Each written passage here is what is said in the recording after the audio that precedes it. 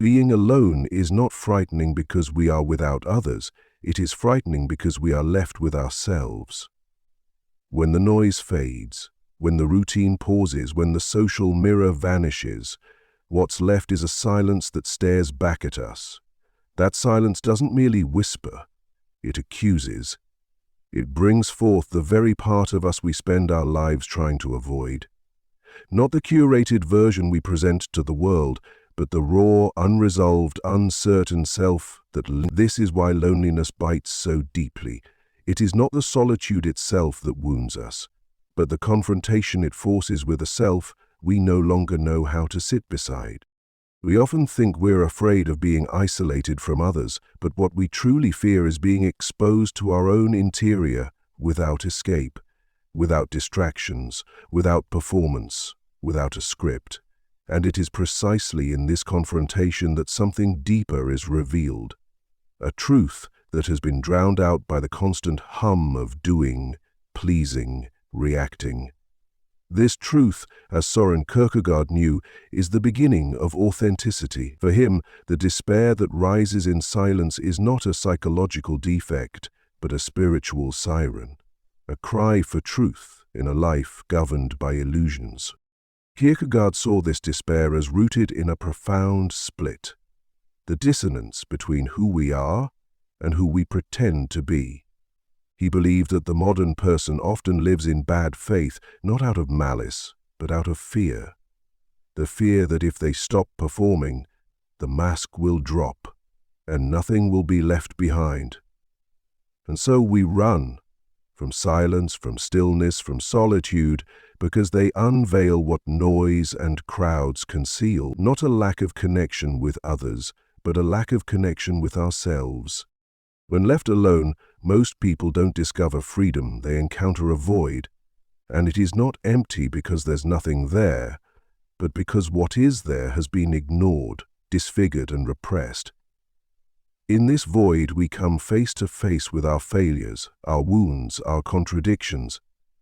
We come face to face with the parts of ourselves that never got to speak, never got to feel, never got to be.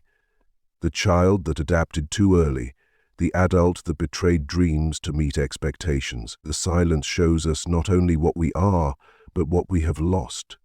It's tempting to treat this discomfort as a problem to fix, to escape back into stimulation or connection. But Kierkegaard challenges us to stay with it, to sit with the despair and ask why it's there. Because, he argues, this despair is the first honest step toward becoming a self. Not the self we think we should be, not the one others want us to be, but the real self, messy, fractured, authentic. It is in solitude, in that radical exposure to one's own being, that the process of truth begins. Despair, then, isn't a failure. It's a compass. It signals that something essential has been betrayed, forgotten, or abandoned. And this is where loneliness becomes more than a mood. It becomes a test, not of your ability to be alone, but of your ability to face yourself without turning away. Kierkegaard believed that most people live lives of quiet despair because they spend their days running from this task, and the result is a world filled with busyness, relationships, accomplishments, and noise, but no real presence. People are surrounded yet isolated, connected yet unknown, alive yet numb. What happens when the applause stops? When there is no one left to impress? When the phone is off and the world outside doesn't need you? For most, what emerges in that space is not peace, it is panic. Because without the external mirrors, we realize we do not know how to reflect ourselves. Without the expectations of others, we are lost in the freedom we claim to desire. We discover that we have spent so long building an identity for the world that we forgot to build a self for ourselves. The self, Kierkegaard insisted, is not a given. It is a task. You do not find yourself by accident. You forge yourself through confrontation, through courage, through the willingness to stand naked before your own gaze. And solitude, though painful, is the furnace for this becoming. It strips away the false comfort of roles and routines. It forces you to ask, what do I believe? What do I value? Who am I when no one else is watching? But here's the paradox. The deeper you go into this silence, the more you realize that loneliness is not your enemy, it is your teacher. The pain you feel is not a signal to escape, but a call to awaken. Beneath the emptiness lies potential, possibility, a life not borrowed from others but authored by you. And that, Kierkegaard believed, is what separates the authentic from the inauthentic life. The authentic life is not necessarily happy, but it is true, and only in truth can we begin to heal. Yet this process is not easy. It demands a brutal honesty most avoid their entire lives. It demands that we confront not only who we are, but who we've failed to become. It demands grief for the time lost, for the parts of us buried beneath conformity. It demands forgiveness for the self-betrayal, for the silence we maintained when our soul cried out. And most of all, it demands courage to remain with ourselves long enough to be reborn. Loneliness, then, is not merely a passive state, it is an invitation. And like all real invitations, it comes with a cost. You must leave behind the illusion of certainty, the comfort of distraction, the seduction of belonging. You must choose instead the wilderness of your own being. Kierkegaard knew that few accept this call. But those who do, those who dare to remain in the solitude of their own soul, begin to experience something else. Freedom, not the shallow freedom to do whatever you want, but the deep freedom of knowing who you are and living in alignment with that truth. From this solitude, a new presence emerges, not a self dependent on external validation, but a self anchored in inner conviction. And in that presence, loneliness begins to transform. It softens, it deepens. It becomes solitude not as absence, but as a presence so full, it no longer seeks to be filled. This is where Arthur Schopenhauer enters. If Kierkegaard urges us to face solitude with urgency, Schopenhauer invites us to dwell in it with strength. Where Kierkegaard sees despair as a spiritual reckoning, Schopenhauer sees solitude as a badge of depth. He does not merely accept being alone, he reveres it. He sees it as the natural condition of the wise, the independent, the inwardly rich. For him, solitude is not a lack but a luxury, a space where the spirit can flourish, unburdened by the trivial noise of society. Schopenhauer's view is not sentimental. He does not sugarcoat solitude. He recognizes that to be alone is to face yourself fully, and that few have the inner resources to do so without collapsing. But that is precisely the point. Solitude reveals the strength or the weakness of your interior life. The need for constant company, constant affirmation, constant chatter, he argues, is a symptom of inner poverty. Those who cannot bear their own presence have yet to develop a self-worth inhabiting. To Schopenhauer, the masses seek distraction because they fear the void within. But the philosopher, the artist, the truth-seeker, they turn inward, not to escape the world, but to engage with something higher than the world's fleeting amusements.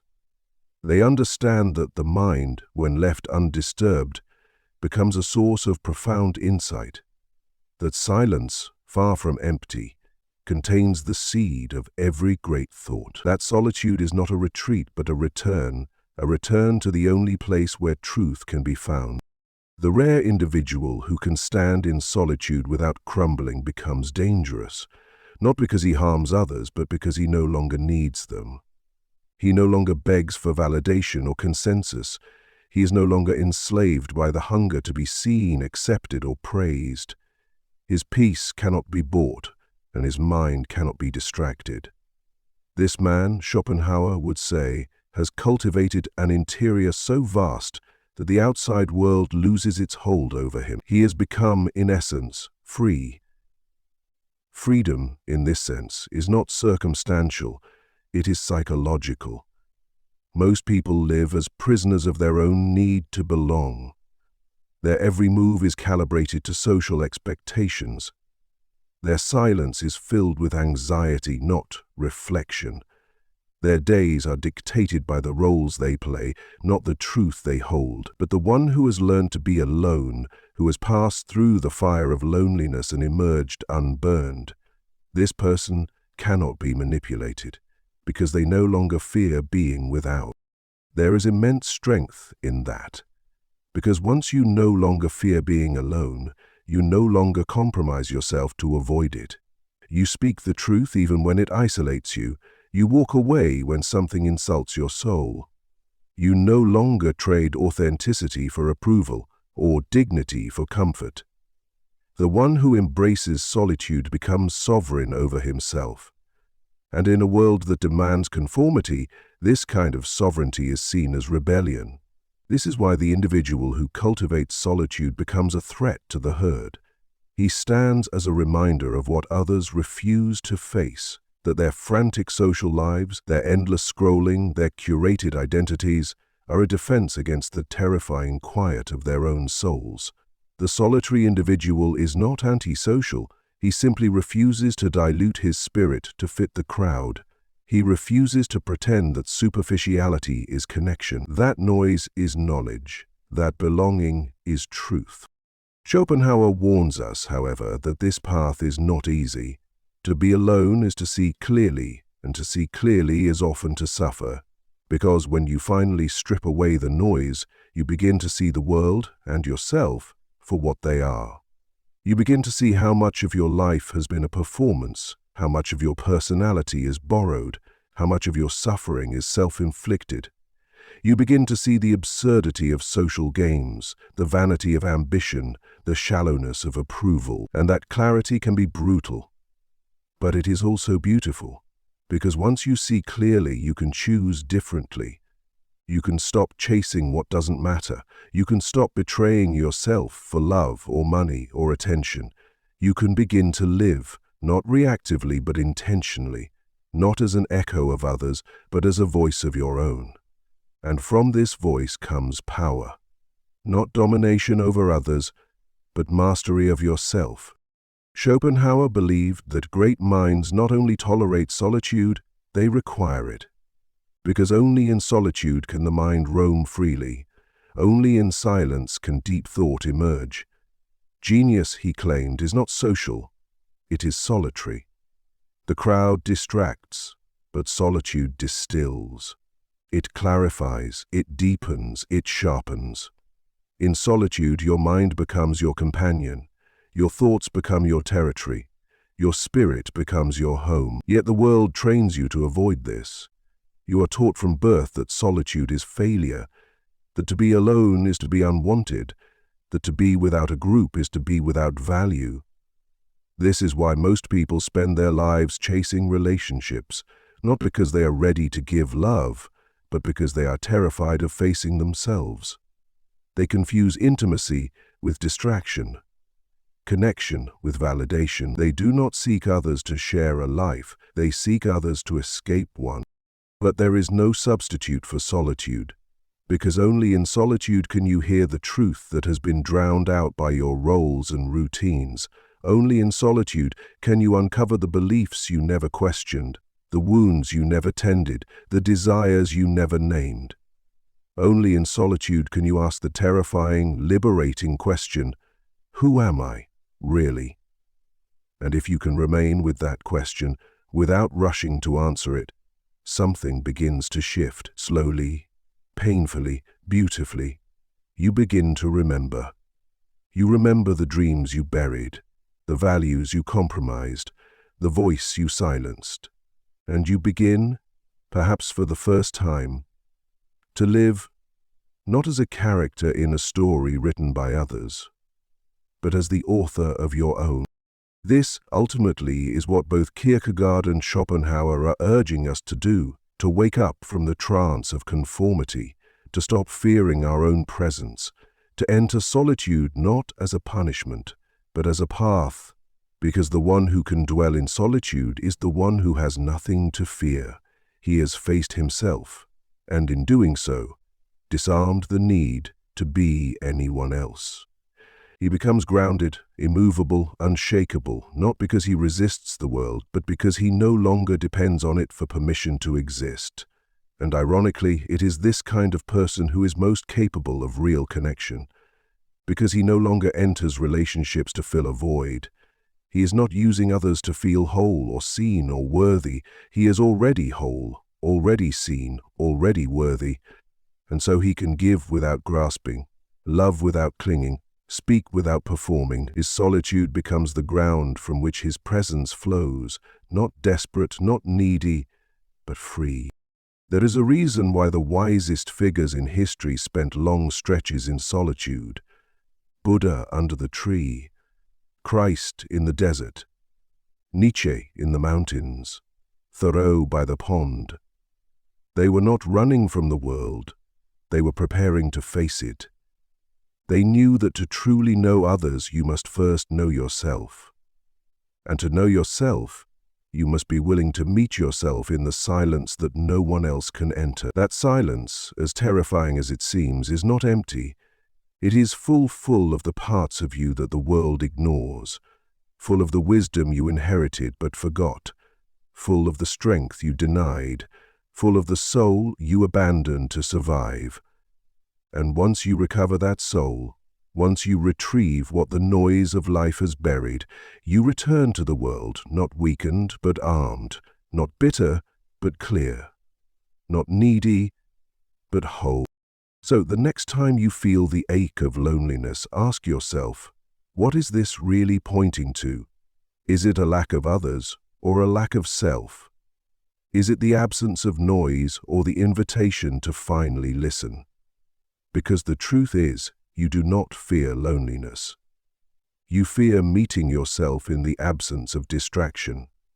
But if you're willing to sit with that fear, to stay in the stillness, to pass through the fire, what waits on the other side is not emptiness, it is the self you've been searching for all along.